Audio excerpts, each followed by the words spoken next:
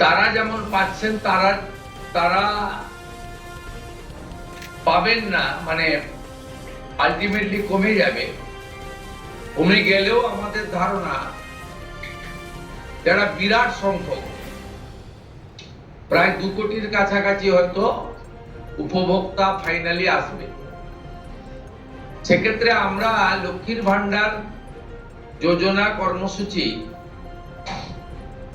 ততদিন অর্থাৎ চালু রাখছি যতক্ষণ না অন্নপূর্ণা যোজনার ফর্ম ফিল আপ এবং এনরোলমেন্ট কমপ্লিট হচ্ছে।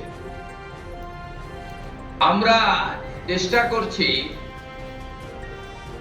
আগামী 2 তারিখের মধ্যে যারা এনরোলমেন্ট করতে পারবেন, আগামী বুধবার আমাদের ক্যাবিনেটের মিটিং এর পরে আমরা ডিপিটির মাধ্যমে ট্রান্সফার করে দেব। প্রথম কার্যক্ষেত্রে 1 তারিখ থেকেই বেনিফিটেড হবে তারা, জুন মাসের। কিন্তু যেহেতু এনরোলমেন্ট করতে হবে সেই জন্য আমরা আরো 2 দিন হাতে নিয়ে 3 তারিখে আমরা আপনাদের জানিয়ে দেব। মানে জানিয়ে দেওয়ার প্রোগ্রাম হবে, যতজন করতে পারবেন। এই কালকে ছুটি আছে, শুক্র থেকে মঙ্গলবারের মধ্যে যতটা এনরোলমেন্ট হবে। তো এটা প্রসেসটা ডেইলি চলবে।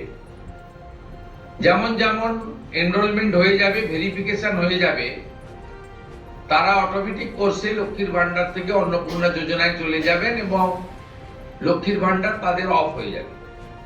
যতক্ষণ না এনরোলমেন্টের প্রক্রিয়া কমপ্লিট হচ্ছে ততক্ষণ লক্ষ্মীর ভান্ডারের যে সুবিধা তারা পাচ্ছেন সেই সুবিধা থেকে তারা বঞ্চিত হবেন না। মানবিক সরকারের এটাই প্রতিশ্রুতি। তাই একদিনে সবাইকে ফর্ম ফিল আপ করতে হবে, লাইনে দাঁড়াতে হবে, হুড়োহুড়ি করতে হবে, সব কাজ ফেলে আজকেই না করলে কালকে বঞ্চিত হব, এটা নয়। এটা একটা পার্মানেন্ট আপনাদেরকে বেনিফিট সরকার দিচ্ছে তার নিজস্ব কোষাগারের অর্থ। তাই আপনাদেরও সহযোগিতা এবং ধৈর্য এবং পুরো প্রক্রিয়ায় এই ব্যবস্থার সঙ্গে আপনারা করবেন। আমরা আপাতত 1 জুন থেকে, কাল থেকে শুরু হচ্ছে, কিন্তু 1 জুন থেকে 90